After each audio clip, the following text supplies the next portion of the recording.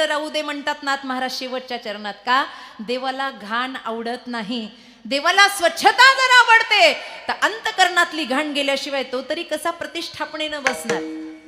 रामनवमीचा उत्सव झाला, लोक 22 जानेवारी मनवली, लोकांनी रामजन्म उत्सव मनवला. मंदिरात एक वेळेला देव येणं सोपं आहे, देवाचं मंदिर बनणं सोपं आहे, मनात देव येणं अवघड आहे. मनात ज्या दिवशी मनात राम येईल त्या दिवशी रामजन्म साजरा होतो.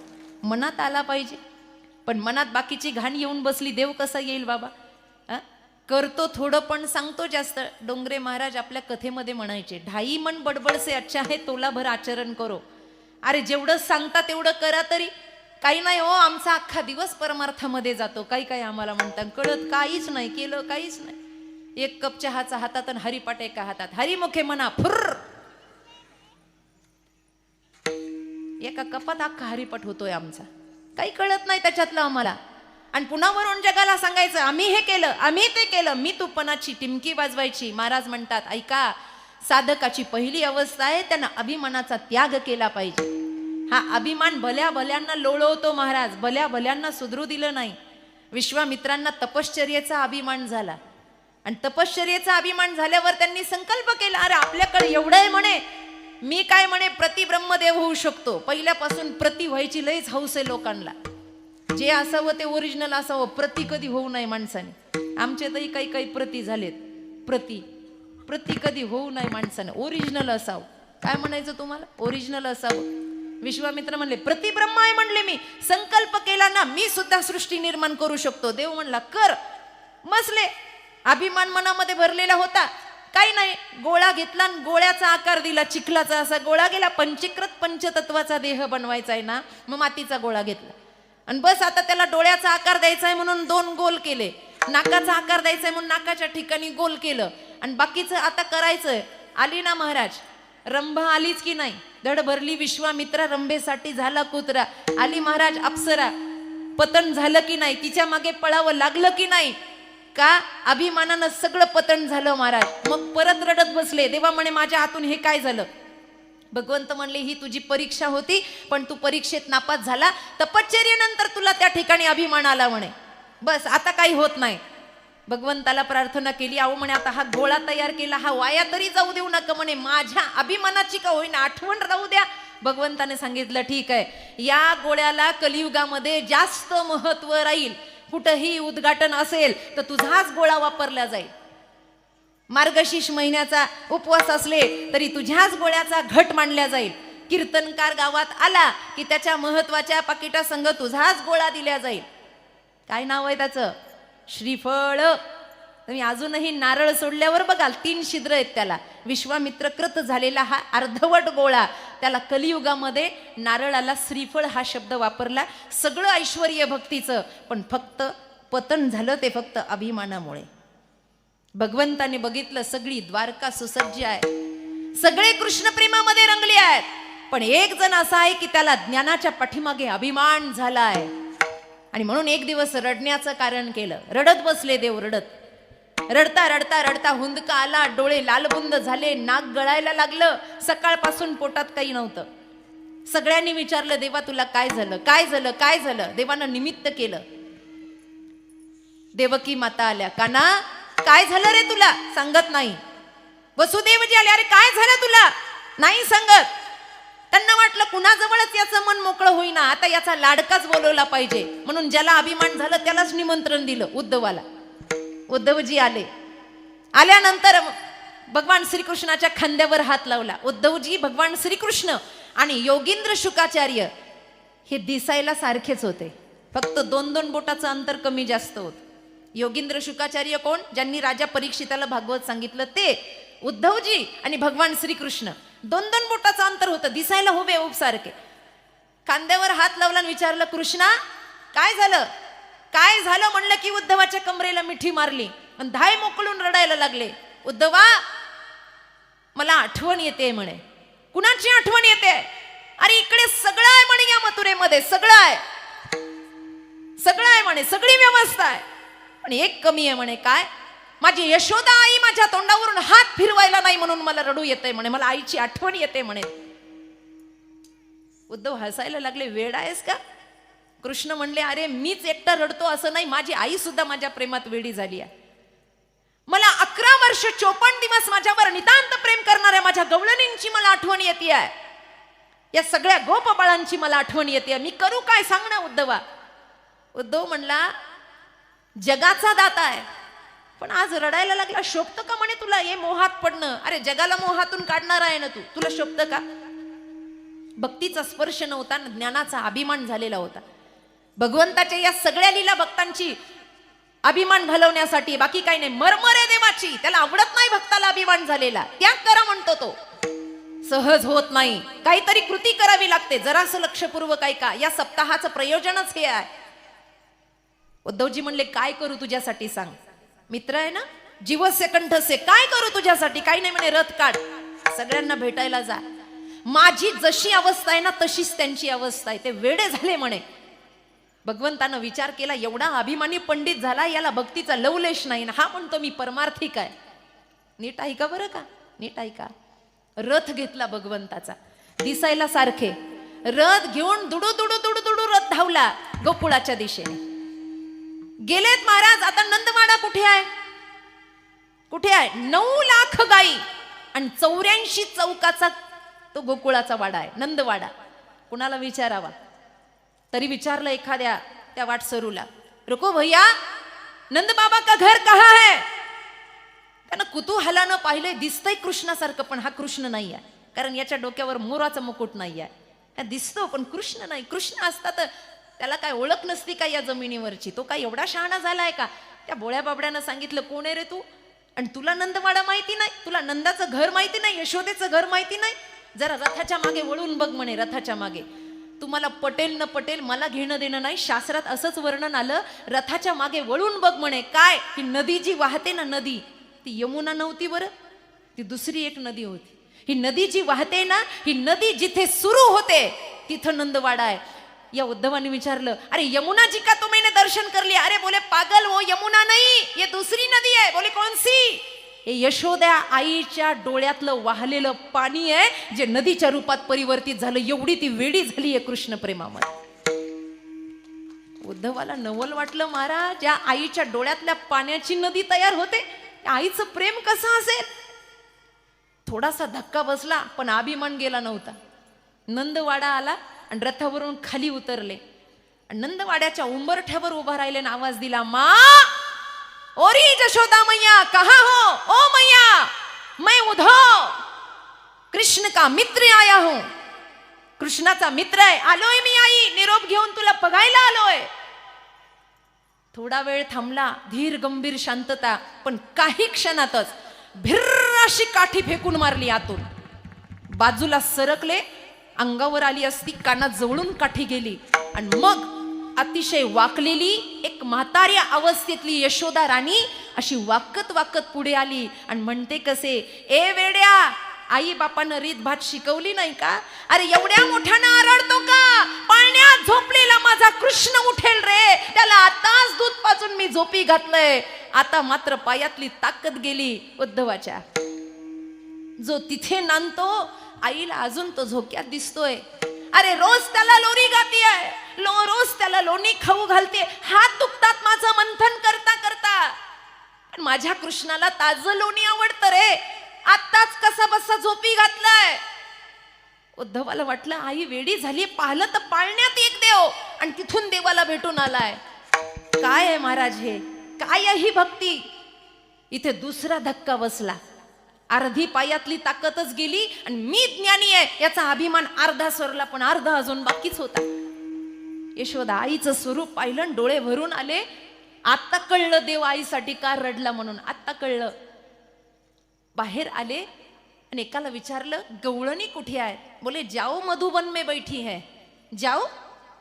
येता येता कृष्णाला सांगितलं होतं, कृष्णा मला जास्त वेळ नाही, मी असा जाईल आणि असा येईल, असा जाईल आणि असा येईल, मला वेळ नाही, मला अध्यात्म चिंतन करायचं असतंय, मला ग्रंथ वाचायचे असतात. कृष्ण म्हणले तू जा, कधी काय येईना पण तू जा. भगवंतांना माहित होतं पुढे खेळ काय होणार आहे. मधुबनामध्ये गेल्या महाराज आणि एका वृक्षाच्या पाठीमागे उभा राहिले उद्धव. हे फार महत्वाचं आहे, ऐका. त्या गवळणी अशा टेकून एकमेकीला गप्पा मारत होत्या.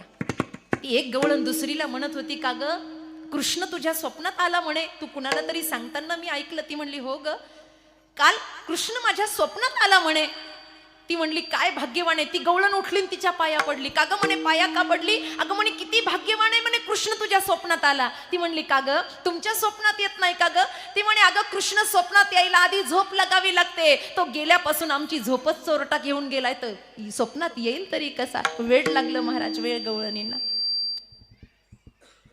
रास खेळता खेळता हाताला जखम झाली होती एका गवळणीच्या, आणि त्याच्यामध्ये किडे पडले होते, किडे. पण तरी सुद्धा टिचलेल्या बांगडीनं ती जखम अशी सावरत होती. का? जखम जर भरली तर कृष्णाची आठवण लपून राहील. ही आठवण नव्यानं व्हावी म्हणून ती जखम कोरण्याचं काम बसल्या बसल्या करायची. काय वेळ आहे. उद्धवानी हे पाहिलं. तेवढ्यामध्ये एक भुंगा आला म्हणे आणि गुणगुणायला लागला. भुंगा भ्रमरगीत झालं भागवतामध्ये.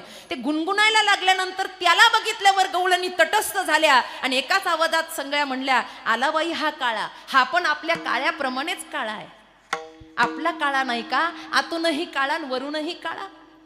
ब्रह्मज्ञान जाग झालं उद्धवांचं. उद्धव म्हणले, शेण काढणारे गवळणी देवाला काळ म्हणतात. दुसरं म्हणल्या, का ग यानं मोह लावला, वेड लावलं. या काळ्याला म्हणावं जा त्या काळ्याला निरोप दे आणि आम्हाला कधीतरी भेटायला एक खोटारडा कुठला. उद्धवाला आता दमच निघेना. त्यांना वाटलं या सगळ्या आशाच आहेत, यांना आता ज्ञान सांगायला पुढे यावं. म्हणून उद्धवजी पुढे आले आणि म्हणले, का ग तुम्ही कुणाला काळा म्हणलात? अगं रंग नाही, रूप नाही, नाही वर्ण छाया, निराकार निर्गुण तू रघुराया.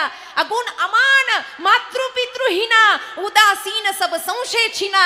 रामायण म्हणतं, शास्त्र म्हणतं त्याला रंग नाही आहे. मग तुमचा काळा रंग आला कुठून? त्याला गुण आला कुठून? तुम्ही म्हणतात की त्यानं मोहामध्ये टाकलं. अगं तो निर्मोही आहे. गवळणी म्हणल्या, उद्धवा तुझं ज्ञान तुझ्या जवळ गुंडाळून ठेव. बरोबर आहे तुझं. निर्गुण निराकार आमच्यासाठी आकाराला आला. तो गुण रहित आहे, बरोबर आहे. त्याच्यामध्ये एकच सद्गुण नावाचा गुण आहे, बाकी त्याच्यात कोणतेच गुण नाही आहे. तो आमच्यासाठी आला, आमच्यासाठी आकाराला येऊन तो साक्षात परब्रह्म ठरला. आणि जेव्हा वेदाची भाषा तत्वज्ञानानं गवळणी बोलायला लागल्या ना, उद्धव तिथंच चक्र येऊन पडले महाराज. तिथेच जो आसा गेला की आसा येणार होता ना, 7 महिने उठलाच नाही. 7 महिने तिथून उठलाच नाही. वेड लागलं भक्तीचं वेड. आणि 7 महिन्यानं कसा बसा उठला आणि रथावर बसून आला. कृष्ण दारातच उभे होते. ते म्हणले, महाराज, ओ शास्त्री महाराज आलेत का? नमस्कार. रडायला लागले उद्धव. म्हणले, कसलं शास्त्रन, कसलं ज्ञान देवा. अरे भक्तीनं वेड केलं मला, भक्तीनं वेड केलं. ज्या दिवशी अभिमान जातो ना, त्या दिवशी राहत फक्त परब्रह्म. अभंगाचं दुसरं चरण. काय पाहे उरले ते. एकदा घाण निघून गेली ना, मग जैसा तैसा राय. म्हणून एक अभंग आहे तुकोबरायांचा, उरला उरे विठ्ठल, देह नवे मी हे सरे, मनोनी लाहो करा काळ सारा. या अभंगातलं प्रमाणे उरला उरे, काय पाहे उरले ते. अरे विठ्ठलाशिवाय दुसरं काही उरतं का बाबा? काहीच उरत नाही ना. मग वेगळं काही करण्याची गरज नाही. आज इथं वडीलधारी मंडळी सगळी भजनी मंडळातली बसलेली आहे, सगळी साधना करणारी मंडळी आहेत. एवढ्या 51 वर्ष सुरू झालंय. बापू काका तिकडे बसले आहेत आमचे. लगेच तिकडे पाहू नका तुम्ही, इकडे बघा. ही आपली परमार्थिक अवस्था आहे ना बाबा. इथे आपण काहीतरी शिकलं पाहिजे, प्रसाद काहीतरी घेतला पाहिजे ना. का हुरुबाई हुरण पंढरपूर, कहा गए तो का नाही, क्याला येतो कुछ नाही. तेलही गेलं, तुपही गेलं, हातात आलं धुपटणं. वर्तमानात किती काळ बिघडलाय माणसाचा. दिवसेंदिवस माणसाची नुसती हाड हाड हाड हाड हाड हाड. काय चालू कीर्तनात जर कुत्रं आलं तर आपण काय म्हणतो त्याला? चालू कीर्तनात कुत्रं आलं तर काय म्हणतो? नाही येत कुत्रं. चालू कीर्तनात कुत्रं आलं तर काय म्हणणार आपण त्याला? काय घाबरायला लागलेत लोक, जसं काही इथं दंड भेटणार आहे. का ग चालू कीर्तनात कुत्रं आलं तर काय म्हणणार आपण त्याला? हड कुत्र्याला नाही, ते मंत्र्याचं असल्यावर आहो हाडा आहे. अहो हाडा नंतर आपलं साधं कुत्रं आलं तर हाड म्हणून त्याला अहो हाडा. हाड हाड म्हणतो की नाही? कुत्र्याला काय लागतं? कुत्र्याला कुत्र्याला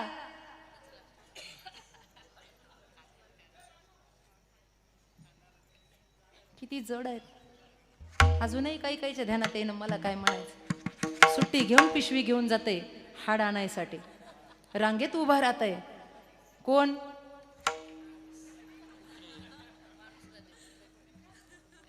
कोण ग? कुत्र. शाबाश. हाड आहे की नाही? शेवटी त्या हाडातून रक्त तर निघत नाही, हिरडीचं रक्त निघतं महाराज. विषयाचे समसुख, बेगडाची बाऊली, अभ्राची सावली जाईल रया.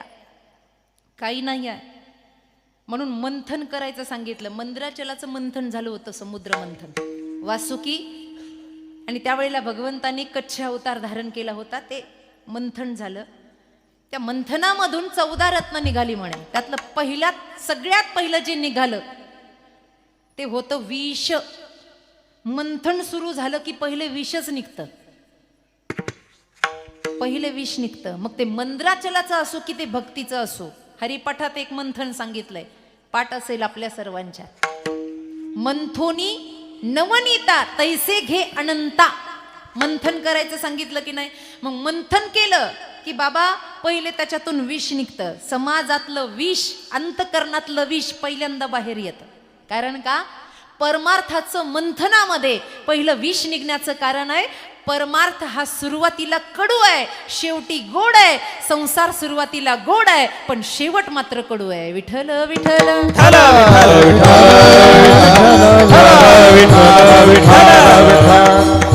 संसाराची सुरुवात किती गोड आहे, वेगळं काही सांगायला नको. सुरुवातीला सगळे साधू बसले होते माझ्या समोर.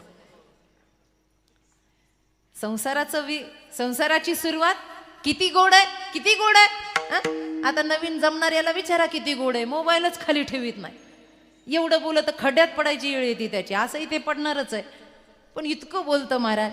बुटा सहित मारुतीच्या मंदिरात जातं, तसाच मारुतीनं बूट काढून मारला पाहिजे.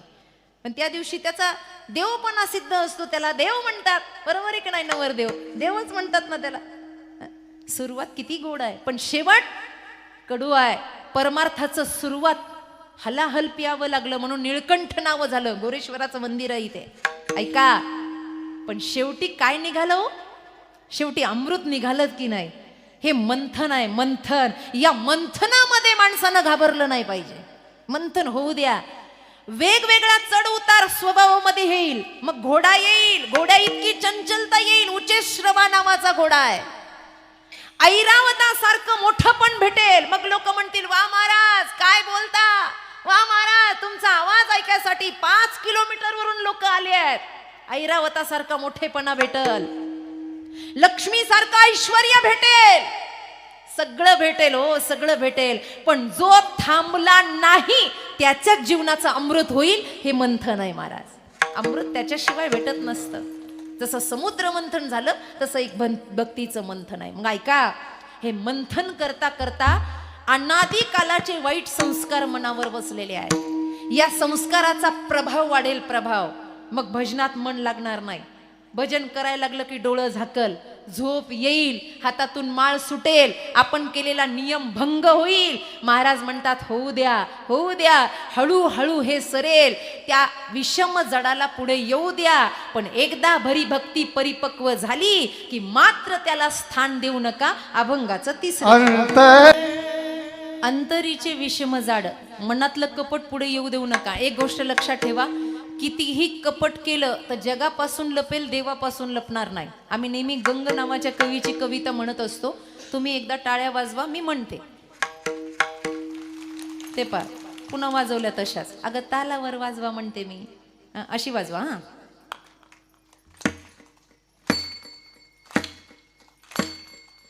जोरात.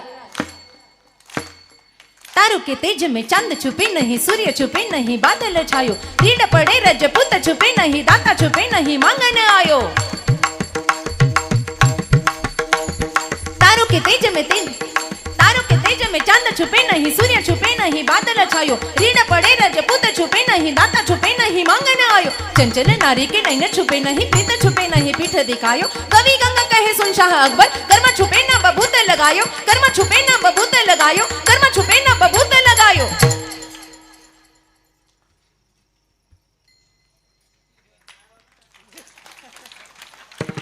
बरं, काय कळलं तुम्हाला? आणि मग कशाला वाजिल्या? कशाला आम्ही टाळ्या वाजीत जाऊ? तारो के तेज में चांद छुपे नाही, आभा मंडळात किती तारे आले तर चंद्र लपत नाही, आभाळ दाटून आल्यावर सूर्य लपत नाही, अंगाला राख लावल्यावर कर्म लपत नाही, तसं कितीही कपट केलं तर देवापासून लपत नाही. मग कपटी का राहायचं? अंतरंगातला मळ देवाला माहिती नाही का? तो काढून द्यायचा महाराज.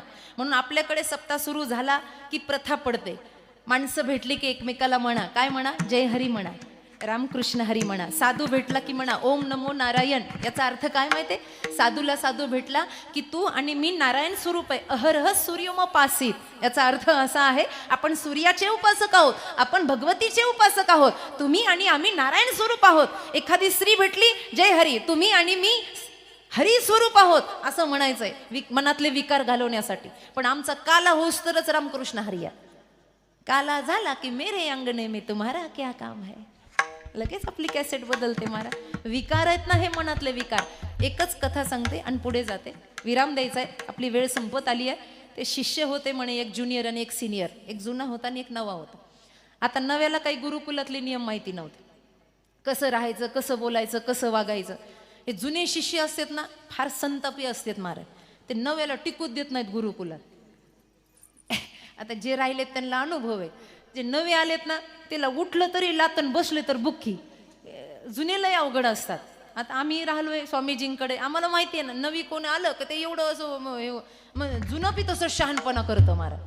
मग ते दोघांना एक दिवस मधुकरीला पाठवलं. आता मधुकरीला पाठवल्यानंतर नदीच्या पलीकडे गाव होतं, ते दोघंही गेले महाराज मधुकरीला. आता गेल्यानंतर तिकडून मधुकरी आणली, पावसाळ्याचे दिवस होते, गच्च नदीचं पात्र भरलेलं होतं. आणि येता येता एक जुनं एक नवं, त्या नदीच्या काठावर एक बाई रडत होती. मग एवढी रडत होती, मोठ्या मोठ्याने आरडाओरडा करत होती. आता त्या नवीन जो शिष्य होता ना त्याला दया आली, आणि दया आल्यानंतर तो तिच्या जवळ गेला आणि म्हणला, ताई काय झालं तुम्हाला रडायला? जुनं म्हणलं, ए तसं बायांना बोलायचं नसतंय बघ कपडे घातल्यावर, लांब हो. तो म्हणला, अरे बोलल्यानं काय होतंय? बोलल्यानं काही होतंय का? आरती रडते ना, आपली आई सारखी आहे ना म्हणे.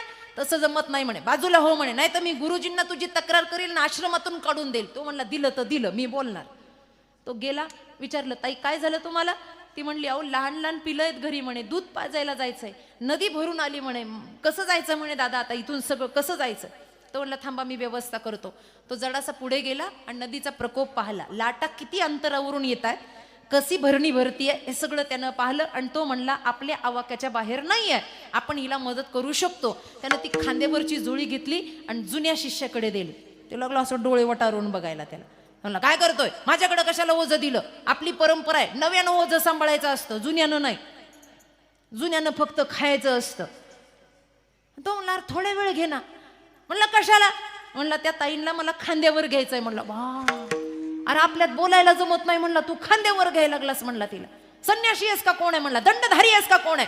तर म्हणला, मला माहिती नाही, आता धर्म माझा हा सांगतोय तिला उचलायचं आणि मला खांद्यावर घ्यायचंय, बाकी काही नाही. तिच्या पिलांना दूध पाजलं की मी सुटलो म्हणे त्याच्यातून.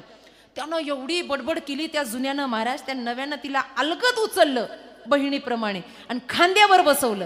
आणि नदीच्या त्या जड पात्रातून तो पुढे निघाला. हा पाठीमागून एवढ्या शिव्या देत होता तिला. म्हणला, तुझ्याकडे बघितलंच पाहिजे, तू धर्म भ्रष्ट झाला, आचरण भ्रष्ट झाला. नाही नाही ते शब्द बोलला महाराज. तीर पार केला, खाली प्रकोपामध्ये मनाची आणि बुद्धींची धुळधाण झाली महाराज. म्हणून एका ठिकाणी एका प्रमाणात महाराज म्हणले, तुका म्हणे इह लोकीच्या व्यवहारे नका डोळे धुरे. हा धूर समुंचय झालाय आणि धूर साचला की काजळी येते. काजळी आल्यावर पारदर्शकता राहत नाही. ही मी तूपणाची काजळी डोळ्यावर येऊन बसली आहे महाराज, मनादी पटलावर येऊन बसली आहे. आणि म्हणून जे पिंडी ते ब्रह्मांडी दर्शन व्हायला भाग नाही. जे ब्रह्मांडामध्ये ते पिंडामध्ये आहे. जेवढ्या नद्या बाहेर आहेत तेवढ्या आतमध्ये आहेत. रक्ताभिसरण संस्था बघा, जेवढी पर्वत आहे तेवढी आतमध्ये आहे. जेवढं विश्व बाहेर आहे तेवढं आतमध्ये आहे. देव आहे, देव आहे, हृदय मंदिरी शोधून पाहे. बाहेर शोधायची गरज नाही, तुझं आहे तुझं पाशी.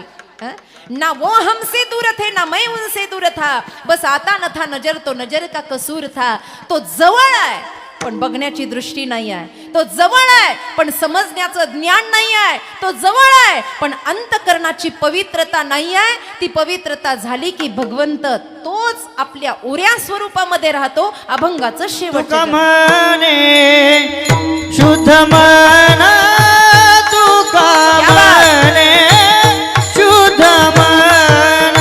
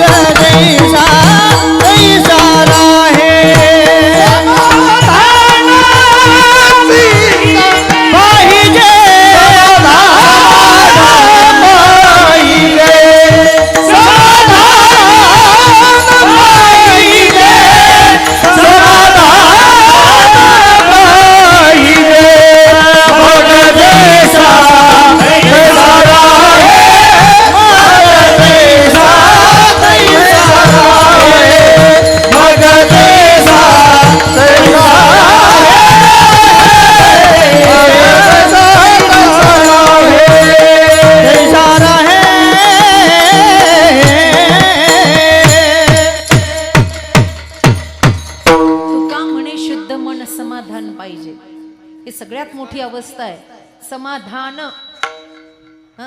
सर्व सुख ल्यालो सर्व अलंकार. या अभंगाची सुरुवात बघा, सदा नाम वश करू हरी कथा तेने सदा चित्ता. हे समाधानासाठीच आपली तळमळ चालू आहे सध्या. काही नाही, आमच्या मनाला समाधान, आमच्या मनाला हे पाहिजे ते पाहिजे, त्यालाच आशा म्हणतात, त्याला सर्व सुखासाठी पळणं म्हणतात. पायी चालणाऱ्याला वाटतं टू व्हीलरवर बसावं, टू व्हीलरवाल्याला वाटतं फोर व्हीलर असावी, फोर व्हीलरवाल्याला वाटतं हेलिकॉप्टर असावं, हेलिकॉप्टरवाल्याला वाटतं घ्या तुम्ही विमानाचं नाव नुसतं. अगं सगळं खाक झालं ना, कुठं हाता आलं समाधान? सांगा, काय द्यावं म्हणजे समाधान मिळेल ना? काय द्यावं समाधान नाही, काय घ्यावं म्हणजे समाधान. घ्यावं बाबा, स्मरण करावं, त्याच्याशिवाय काही नाही. जग हे विखुरलेलं आहे, कलियुगाचा प्रकोप वाढलाय, अवस्था सगळ्यांच्या बिघडल्या आहेत. एकच करा, स्वतःची काळजी घ्या. जेही राखी रघुवीर तेही उबरे बहु काल महू. रामायण सांगतं इथे स्वतःला जपा, स्वला जपा. स्व म्हणजे काय? आत्माराम परमेश्वर. स्व म्हणजे स्वार्थी होऊ नका. वासुदेव सर्व मिती विठ्ठल जळीस्थळी भरला, म्हणजे सगळ्यात जर देव आहे तर त्याची सेवा करा आणि स्वला जपा. आत्ताचं मायावी जग फार कठोर आणि निष्ठुर निघालंय. एकच संदेश देते आणि वाणीला विराम देते. ऐका, या जगाच्या प्रकोपामध्ये काळज्या घ्या. नाती तुटायला लागली आहेत, जग विखुरायला लागली आहेत. नाती जपण्यासाठी इथे अट्टाहास करावा लागतो. मला फक्त एकच पत्र वाचून दाखायचंय आणि थांबायचंय. विश्वमाऊली ज्ञानोबा रायांसाठी हे पत्र होतं, चारही भावंडांसाठी हे पत्र होतं. बसलेल्या सगळ्या माता भगिनी जरा सरळ बसा, तुम्ही सरळ बसा, महत्वाचा निरोप द्यायचा आहे. घरं तुटायला लागली आहे, एकमेकाच्या जीवावर आपलीच माणसं उठायला लागली आहे. हा निरोप फक्त चार भावंडांसाठी नव्हता, हा निरोप सगळ्यांसाठी आहे. हा निरोप होता ज्या दिवशी देहांत प्रायश्चित्त घ्यायला जायचं, त्या दिवशी तुळशी वृंदावनाला टेकून विठ्ठलपंत कुलकर्णी यांनी लिहिलेलं चार भावंडांसाठीचं पत्र होतं. आणि ते पत्र असं होतं, माईबाप नीट ऐका. 4 वर्ष गहिनीनाथांच्या सानिध्यामध्ये राहून आलेले निवृत्तीनाथ होते घरामध्ये. मोठा दादा होता, मधला दादा होता ज्ञानोबा रायांच्या रूपामध्ये, छोटा दादा होता सोपान काकांच्या दया रूपामध्ये, आणि सगळ्यात छोटी असणारी मुक्ताबाई होती, करुणा करणारी. झोपेत सोडून जायचंय मुलांना, आणि या मुलांसाठी जगाला दिलेला संदेश नीट ऐका. डोळ्यामध्ये पाणी होतं, थरथर त्या कलमांनी पत्र लिहिलेलं होतं, आणि ते पत्र वाचून मुलं तशीच वागली जो ध्यास आपण धरला पाहिजे. ते पत्र असं होतं, बाळांनो, सगळ्यात पहिले मला माफ करा, मी तुमचा पिता विठ्ठलपंत कुलकर्णी. बाळांनो, तुम्हाला जगामध्ये न्याय मिळावा आणि तुम्हाला शुद्धीपत्र मिळावं म्हणून आम्ही दोघंही उभयत देहांत प्रायश्चित्त घेत आहोत. बाळांनो, तुमच्यासारख्या सुविधा आम्हाला उपलब्ध करता आल्या नाही, अर्थात तुम्हाला सुख देता आलं नाही, यासाठी आम्ही क्षमा अपराध मागतो. आम्ही आईबाप आहोत. पण ऐका, आम्ही जातोय बाळांनो, तुमच्यासाठी हा निरोप आहे, नीट ऐका. पहिला निरोप होता आई बाप गेलेल्या घरातल्या मोठ्या मुलासाठी. घरातला मोठा मुलगा म्हणजे घरातला जबाबदार मुलगा. ए निवृत्तीनाथा, निवृत्ती, आई बाप गेल्यावर घरातल्या मोठ्या मुलांनी सगळं घर सांभाळायचं असतं आणि छोट्या भाऊ बहिणींचं मन ओळखायचं असतं. निवृत्ती, तुझ्याकडून फार मोठी आशा आहे बाळा मला. तू छोट्या बहीण भावांचा सांभाळ करशील निवृत्ती. त्यांना कशाही प्रकारची कमी पडू देणार नाहीस निवृत्ती. म्हणून मी विठ्ठलपंत तुला आदेश देतो, माझ्या लेकरांना सांभाळ बर का. काही कमी पडलं होतं तुझ्या स्वभावात, पण गहिनीनाथांनी ती उणीव भरून काढली. दादा, सगळ्यांना सांभाळ. हा घरातल्या मोठ्या भावासाठीचा निरोप आहे. इथं जे कोणी मोठं बसलंय घरातलं त्याच्यासाठी. दुसरा निरोप होता ज्ञानदादासाठी. ज्ञाना, थोडा तापड स्वभाव आहे बाळा तुझा. या तापड स्वभावाचं दर्शन आपल्याला झालं जेव्हा ताटी बंद केली होती त्यावेळेला. माझा आहेस ना तू ज्ञाना. मग बाबांची एक गोष्ट लक्षात ठेव बाळा, ज्या घरातले आई बाप जातात ना, त्या घरातल्या मधल्या भावानं फक्त मोठ्याचं ऐकायचं असतं. दादा जसं म्हणेल तसं करायचं असतं. माझा निवृत्ती फार सद्गुणी आहे ज्ञाना. त्याचं ऐकशील ना तर जगाचा अंधकार दूर कळायला तुला परम पवित्र आशीर्वाद भेटेल. माझ्या निवृत्तीचं ऐक ज्ञाना. त्याचे विचार डावलू नको. तिसरा निरोप होता सोपान काकासाठी. सोपाना, आई बाप असले की सगळे हक्क मागायचे असतात रे. ज्या दिवशी आई बाप जातात ना तेव्हा छोट्या भावाने फार हट्ट करायचा नसतो मोठ्याकडे. दिलं ते खायचं असतं. फार त्रास द्यायचा नसतो. त्यांच्या कार्यात त्यांना मदत करायची असते. फारच माझं माझं करत बसायचं नसतं. महाराष्ट्राच्या पावनभूमीतला हा भावंडासाठीचा निरोप आहे विठ्ठलपंतांकडून. सोपाना, तुझे दोन्हीही मोठे भावंड फार सद्गुणी आहेत. त्यांना छळायचं नाही बाळा. तिथं समजून सांगायला काही आई नाहीये आणि बाबा नाहीयेत बरं तुमच्या जवळ. तुम्ही आता एकटे आहात पोरांनो. एकमेकाची काळजी घ्या. आणि सगळ्यात महत्वाचा निरोप होता मुक्ताबाईसाठी. मुक्ते, एकच कर ग, तुझ्या बाबाचं म्हणणं ऐक. तुझ्या आईचं म्हणणं ऐक. जगाच्या पाठीवर ज्या दिवशी घरातले माईबाप जातात ना त्या दिवशी बहिणींनी भावाची आई व्हायचं असतं मुक्ते. आणि तू या तिघांची आई हो. एवढं सार्थकी प्रेम लाव. तुझ्या आई बापांचं म्हणणं आहे. सांगा, हा निरोप कुणासाठी आहे? काय म्हणतंय कलियुग? ईदभर बांधासाठी सख्खा भाऊ जीवावर उठलाय. बहिणी प्रॉपर्टीसाठी आईच्या मैतीला यायला तयार नाहीये. अरे खाक झालं जीवन तुमचं. कोणती स्टेट, कोणती दौलत.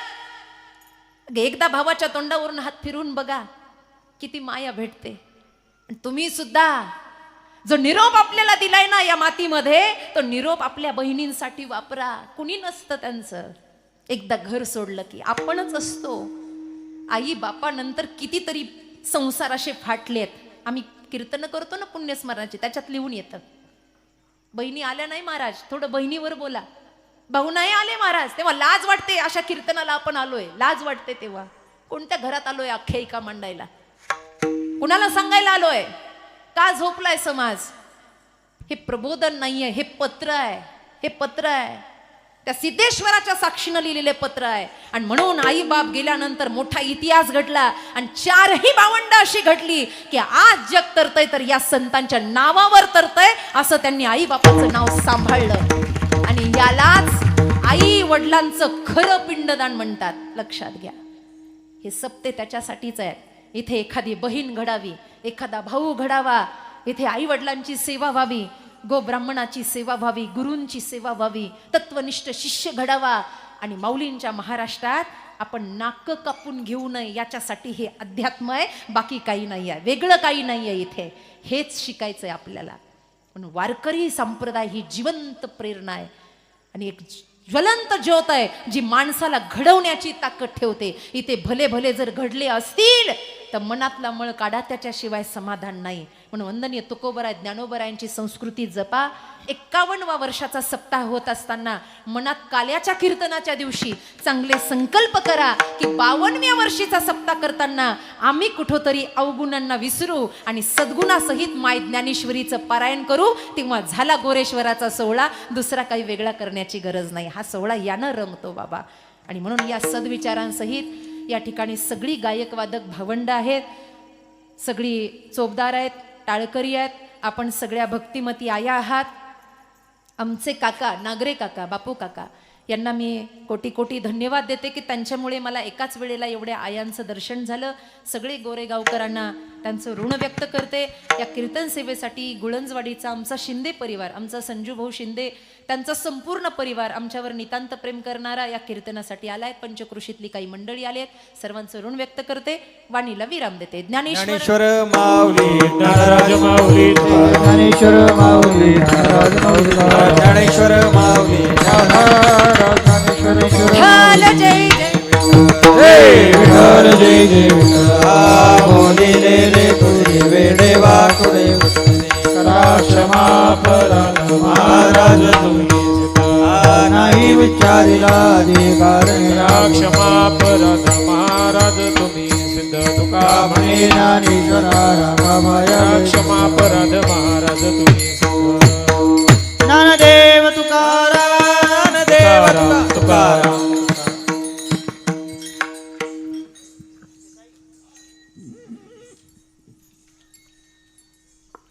भगवान गोरेश्वरांच्या भंडारा उत्सवानिमित्ताने चालू असलेला अखंड हरिनाम सप्ताह तथा ग्रंथराज ज्ञानेश्वरी पारायण सोहळा या पारायण सोहळ्याचा आजचा 5वा दिवस. या 5व्या दिवसाचं कीर्तन पुष्प हरिभक्त परायण साध्वी वैष्णवी सरस्वती दिदी यांनी या ठिकाणी वेळेत उपस्थित राहून उत्कृष्टपणे सादर केलेलं आहे. गोरेगाव ग्रामस्थांच्या वतीने आणि पांडुरंग हरिपाठ सेवा मंडळाच्या वतीने मी ताईंचा आभार मानतो. आज या ठिकाणी संध्याकाळी 5 ते 6 या वेळेमध्ये हरिभक्त पारायण योगेश महाराज शिंदे जामगाव यांची प्रवचन सेवा झाली. त्यांचंही मी गोरेगाव ग्रामस्थांच्या वतीने आभार मानतो. उद्या संध्याकाळी 7 ते 9 या वेळेमध्ये हरिभक्त परायण पद्माकर महाराज देशमुख अमरावती यांचं कीर्तन होईल.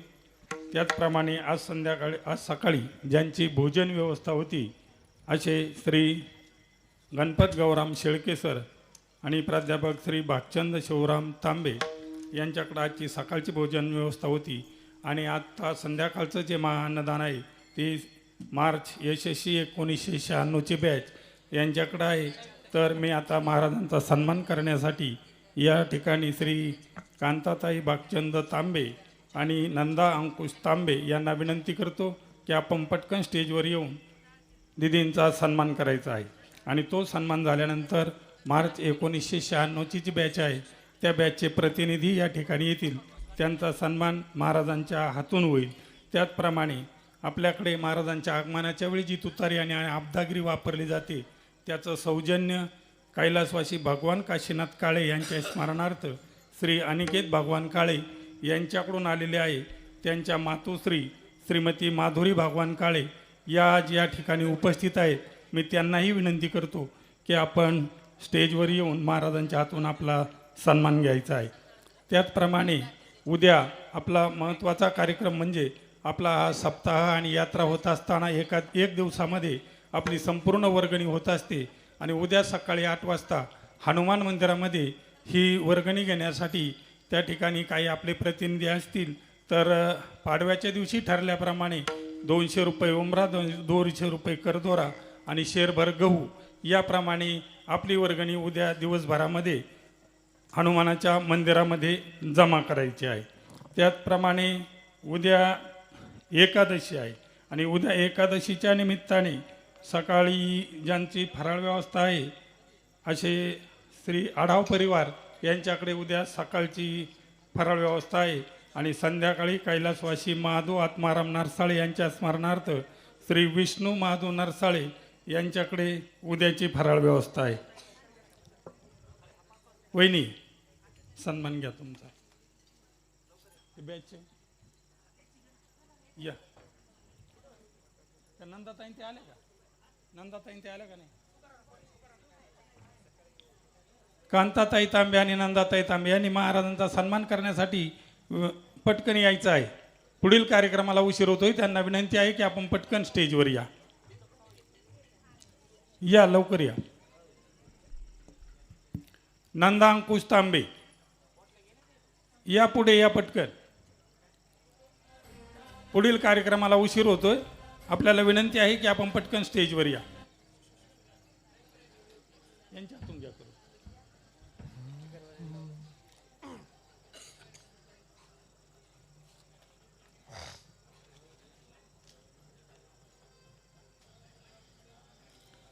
त्याचप्रमाणे आज संध्याकाळचा जागर भांडगाव भजनी मंडळाचा आहे. 2 मिनिट थांबा. बाकीच्या मंडळींनी तिकडे जाऊ नका. अजून आरती व्हायची आहे. आरती झाल्यानंतर जेवण सर्वांसाठी मिळणार आहे.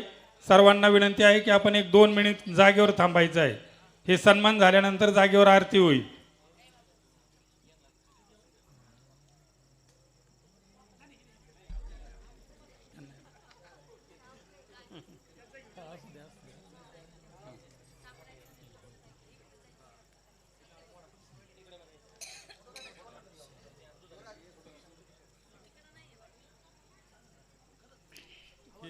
बॅचवाले हां चला. बॅचचे प्रतिनिधी चला पटकन आपला सन्मान उरकून घ्या.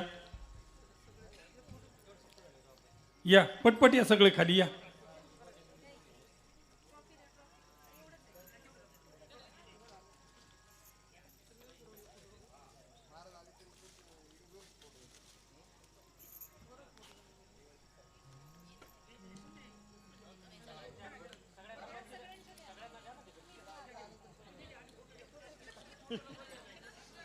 घाला एकमेकांनी एकमेकाला घाला, सर्वांनी एकमेकांनी एकमेकाला घाला, घ्या फोटो घ्या.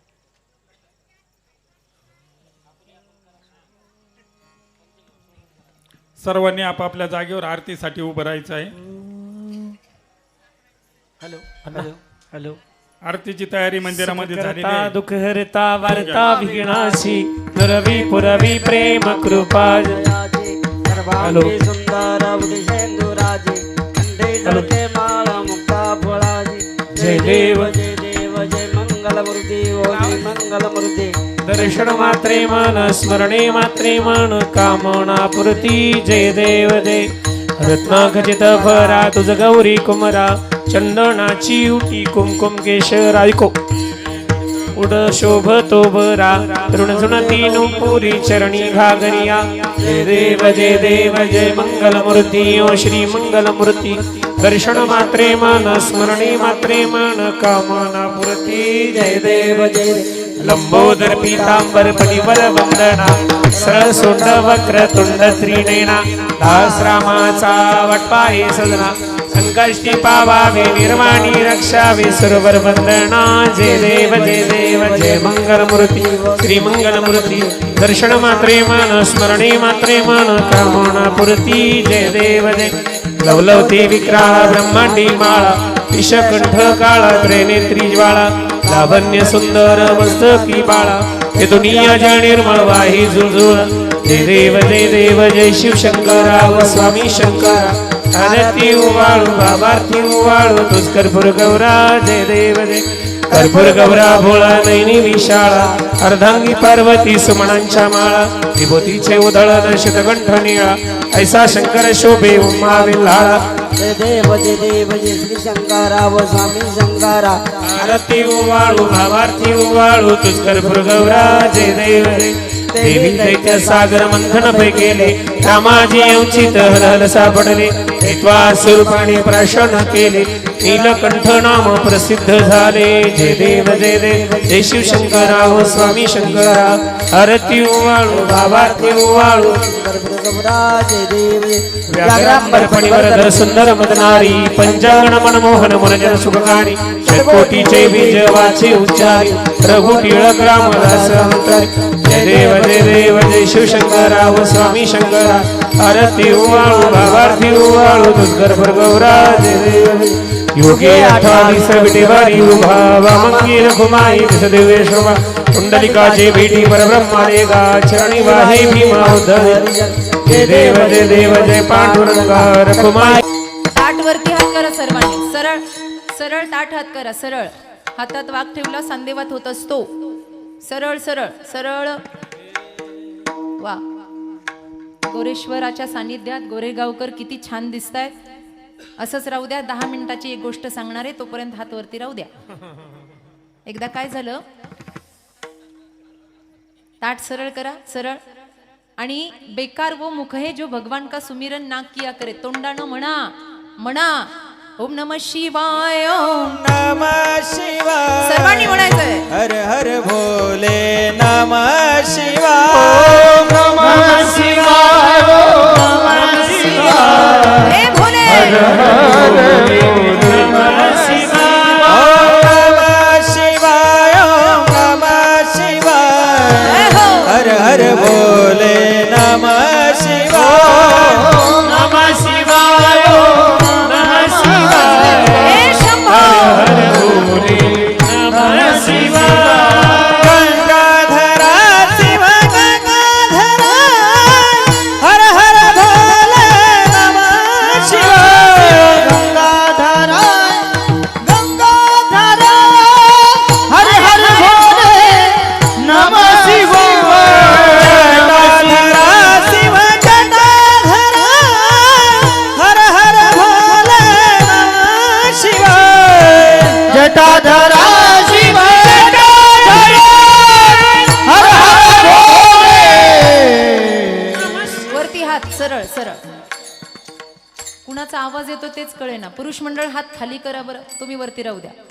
आमचा विठ्ठल दादा पुढे म्हणेल तुमचा आवाज निघू द्या जरा. म्हणा ओम नमः शिवाय. ओम नमः शिवाय. हर हर भोले नमः शिवाय. आणखी जोरात. ओम नमः शिवाय ओम नमः शिवाय. हर हर भोले नमः शिवाय. वा.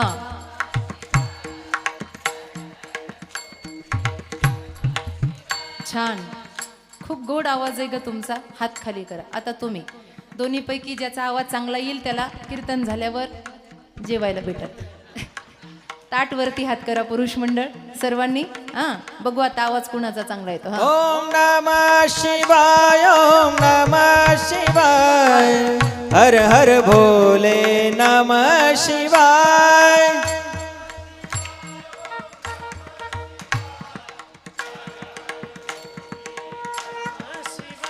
ओम नमः शिवाय ओम नमः शिवाय. हर हर भोले नमः शिवाय.